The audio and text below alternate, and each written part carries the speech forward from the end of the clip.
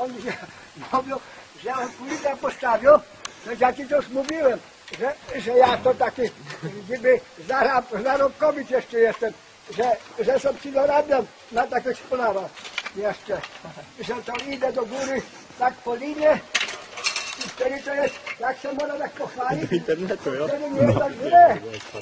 Wiesz? To już Jak tak idzie, to wtedy nie jest tak źle. Jak to idzie tak się do góry Ja bym bili. się tam ci nie wspiął za chuja, mówię, No. no. Jak to idzie do góry i można przejść do góry jeszcze. No. A nie, że nie.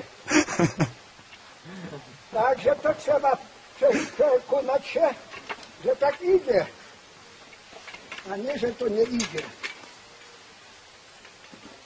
I to widzisz, jeszcze, bo ty wiesz, do czego potrzebna by mi była młoda, bo ja się pogłaskam, widzisz, jak zejdę, po tego to był szpak, to już nie głaskał.